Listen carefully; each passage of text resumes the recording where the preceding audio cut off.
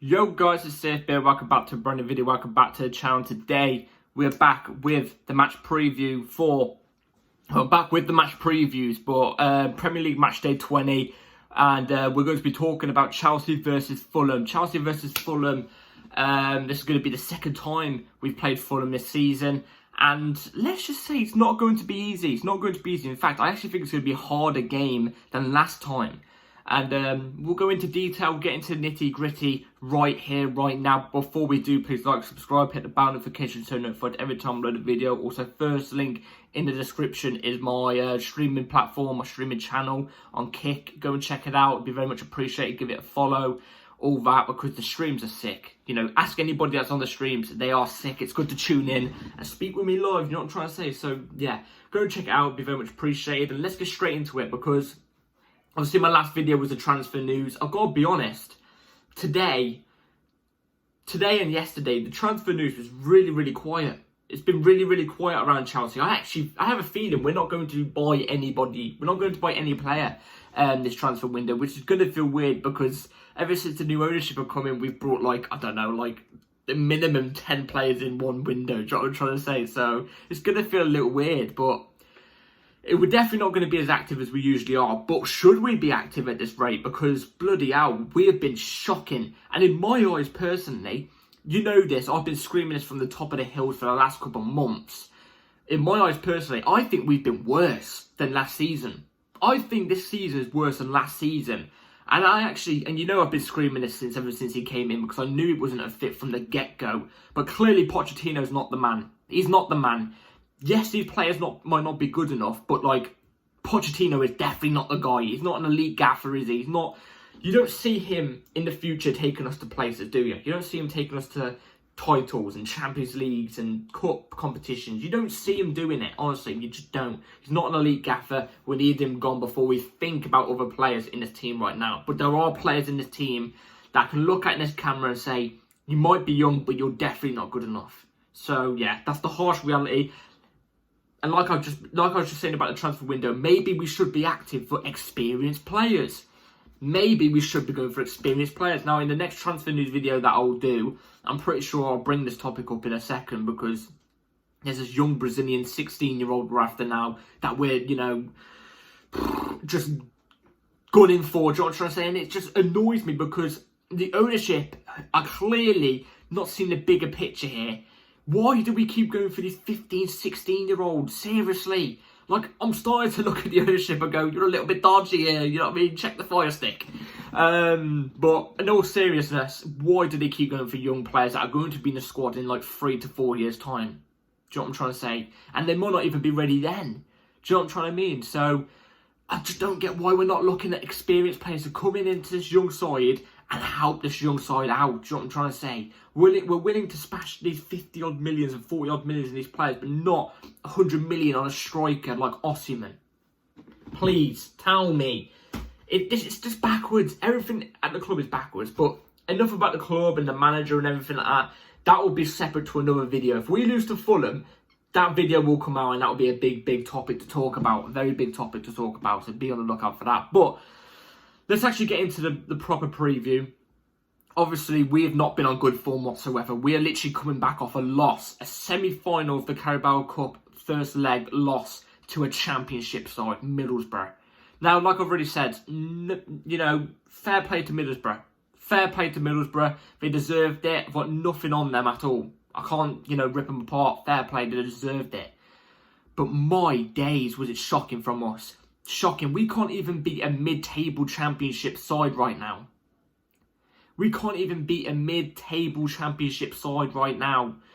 I could be wrong. We could in the midweek. I think we play Middlesbrough midweek, or do we have a break? I'm not too sure. But we could play them when we do play them in a second leg, we might beat them. But it's besides the point. It's the fact of the performances. It's not just always the results. That's why I looked at the Luton game and the game before that, and I looked down this camera and said, Pochettino, you've been let off. You've been let off. This is not good enough whatsoever. After those wins, because it's the performance, it's the style of play, it's the way we're getting wins. It's shocking. It's shocking. As my TV decides to turn off. It does this all the time now.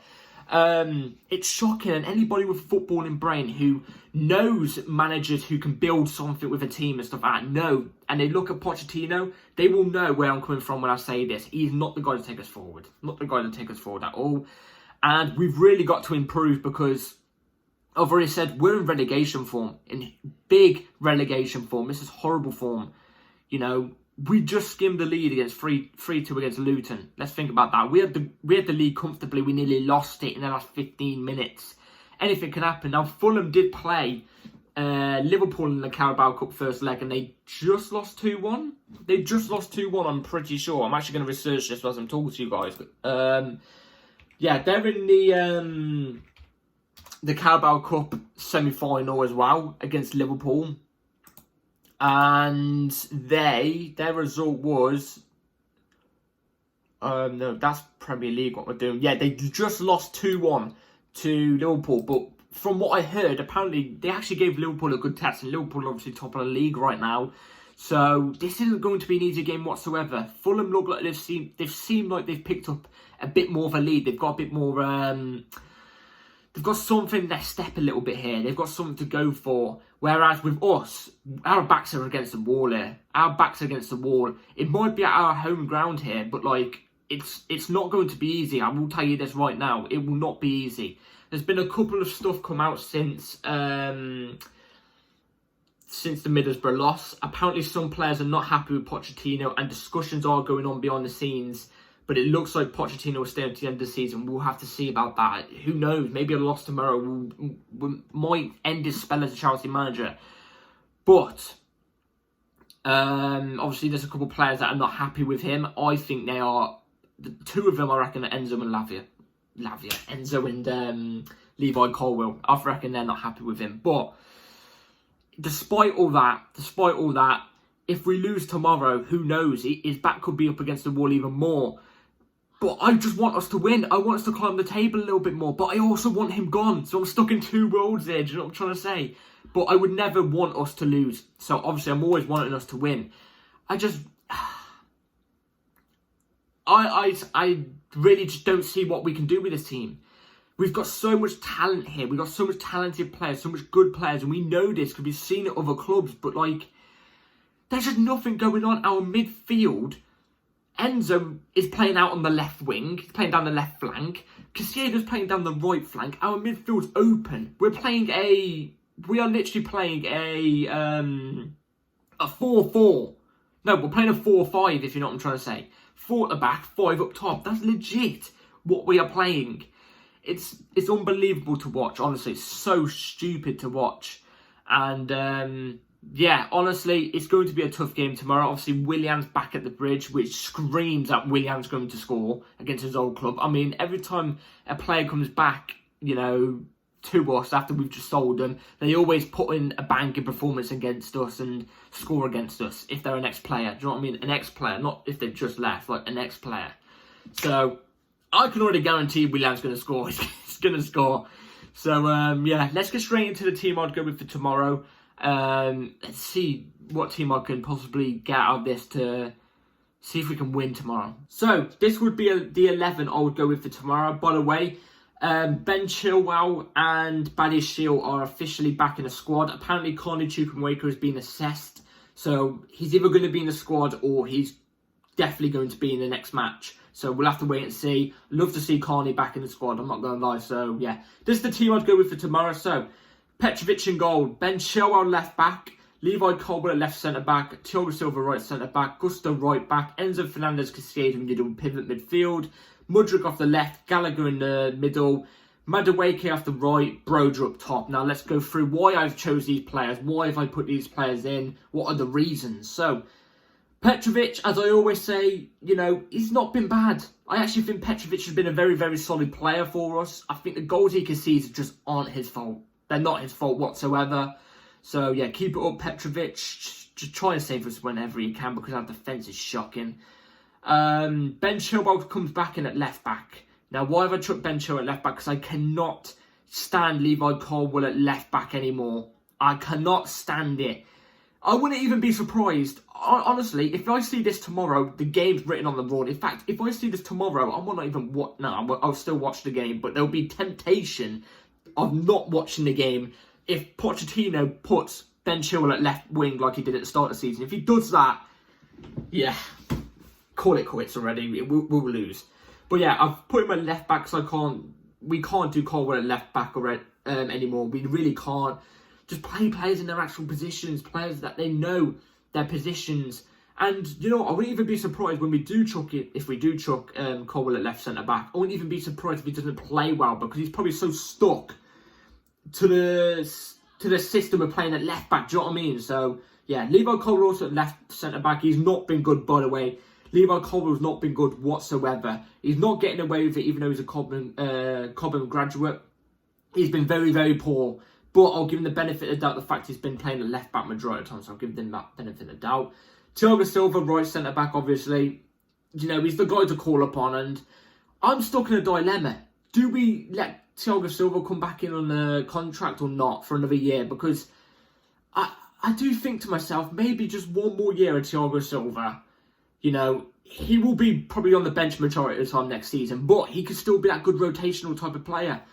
And I still think he has some games where he's good, and then at the moment he has some games where he's not great, do you know what I mean? But yeah, Thiago Silva, Levi Colwell spraying the balls over the top would be quite decent. They've both got good passing ability, especially for centre-backs. Gusto, right back, I can't even really say anything about him. Can't say anything bad about him. I think he was actually relatively quite decent. He was the only player, literally, he wasn't good against Middlesbrough, don't get me wrong. He wasn't good against Middlesbrough, but you could see he was the only one trying to do something. Even when we were down and all the players seemed to have given up, he was the only one trying to drag the team forward. So, yeah, Gusto, keep it up.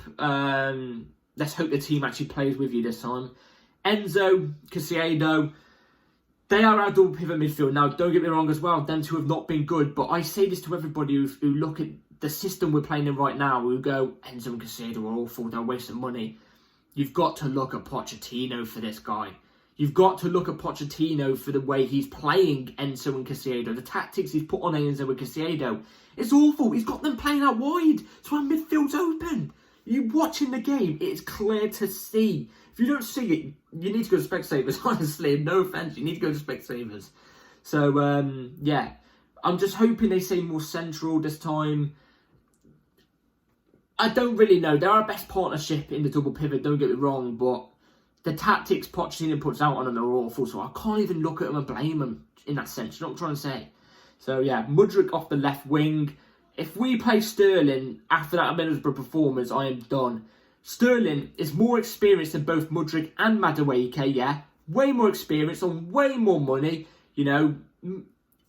And he puts in stinkers against Middlesbrough like what he did. It's actually criminal. It's criminal, the performance he put in. So I cannot see him getting in this team. If he somehow gets into this team as well, it's mind-boggling. Mind-boggling. Mudryk has to come in. His pace, his unpredictableness in a sense, because like you don't know if he's going to miscontrol it, and sometimes where it looks like he miscontrols it, then he gets it under control and goes past the defender. You know what I'm trying to say? He's good at his chance creations, a bit under the radar, you know. He's got good chance creation. So, yeah, Mudryk, I'd put out on the left, give him a start. Gallagher in the middle. I'm going with Gallagher instead of Palmer today because I think Palmer, after that Middlesbrough result, was beyond shocking. The misses were awful. Don't get me wrong, I'm not blaming Palmer particularly because he did play striker and striker's not his position, but I just think he looks like he's kind of off form. Just based off that game, he looks like he's a little bit off form. So I've dropped him. It's only fair. If anybody else in this team would have dropped that exact same performance, I would have dropped him in this team lineup. So that's why I've gone with Gallagher. Don't get me wrong, he's not been great either. But, you know, who knows? He might be able to do something. I feel like with him in the cam, you know, he could drop into that 8 position in the... with Enzo and Caicedo, making it free in the midfield, maybe making the midfield a little bit stronger as well. Do you know what I mean? So, yeah, I've gone with Gallagher in the cam. Madueke off the right. Yes, he was not good against Middlesbrough, but he was better than Sterling. At least he was trying to do something, get on the ball and take players on. Sterling would just run headfirst into the players. So, give Madueke, so say Middlesbrough then, Give Madueke a try on the right. His directness is threatening. That's my PC turns off again. His directness is threatening. Who knows? Maybe the fact is at Stamford Bridge, he might feel a little bit more confident on the ball. I don't know. I'm really stretching at peas here with this whole team lineup, I've got to be honest. But it's the best I can come up with. And Broja as the ST, it's the only ST we could possibly go for. If I didn't see another false 9 tomorrow, in fact, if I see Sterling as the ST tomorrow, I might electrocute myself. Honestly, I'm not joking. Play Broja. He might not be good enough. I don't think he's Chelsea good enough at all. In fact, I think Chelsea should sell him at the end of the season. But he's a number 9. He knows how to play that position. So give him that role.